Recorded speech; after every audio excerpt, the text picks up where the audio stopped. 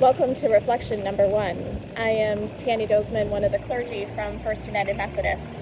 We are standing near the statue Strong-Hearted Woman by local stone artist Jason Quino of Jenison. Installed in 2011, it was purchased by a local philanthropist who saw it at the Art Prize competition in Grand Rapids. It is carved from a 5,000-pound chunk of Indiana limestone. Mr. Quino is a member of the Anishinaabe Native American tribe. In an article from the Holland Sentinel in 2011, he reflects on life on the reservation and why he created Strong-Hearted Woman. He says, growing up on the res, there were a lot of strong women in leadership positions and so on. My mother was one of those. I didn't ever want to go to a sculpture class, but she made me go. I made it for women of all ethnicities, to honor them, he said.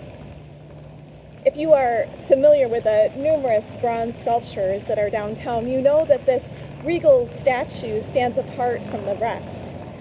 And it is, to my knowledge, the only Native American statue we have in Holland.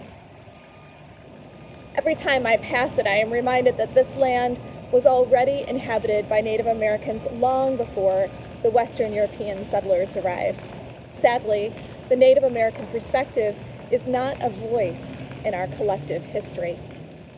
We can only imagine what it must have been like to have their entire way of being altered and forever changed by the settlers' presence.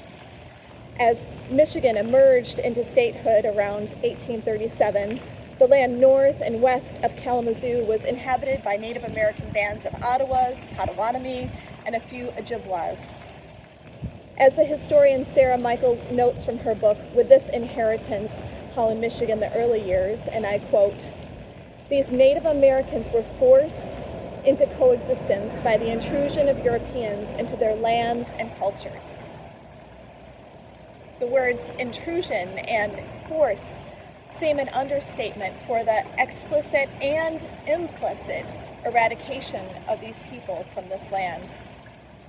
So it is from a position of acknowledgement, remorse, and seeking forgiveness from God. It is here that we honor the strong-hearted people of the Ottawa tribe who were forced to abandon this land that we know as Holland.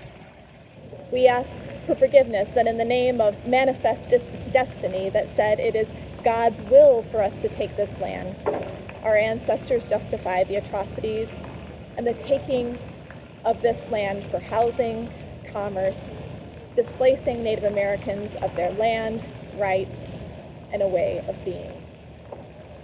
So humbly, let us start this housing awareness experience completely aware that this land was inhabited for 12,000 years before the European settlers arrived.